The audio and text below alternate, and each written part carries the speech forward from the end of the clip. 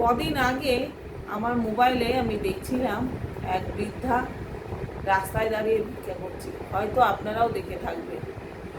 একজন এই ভিডিও করে যারা, তারা একজন ভিডিও করেছে যে আপনি ভদ্রলোক মুখে কিছুই বলছে না, বুকের মধ্যে একটা লেখা নিয়ে দাঁড়িয়ে আছে, তাতে লেখা আছে কিছু সাহায্য করবে।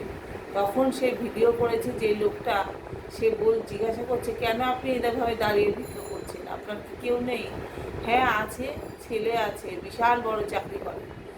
আজ আমি ছেলেকে পড়াতে গিয়ে সমস্ত হারিয়ে নিঃস্ব, ছেলে আমায় দেখে না। আমার ছোট একটা ব্যবসাও ছিল, ওষুধ কেনার পয়সা নেই, বয়সের বার্ধক্যর ভারে নানান রকমের রোগ ধরেছে, ওষুধ কিনতে প্রচুর পয়সা লাগে, কিন্তু ছেলে তাকে দেখে না। এই হলো জীবন।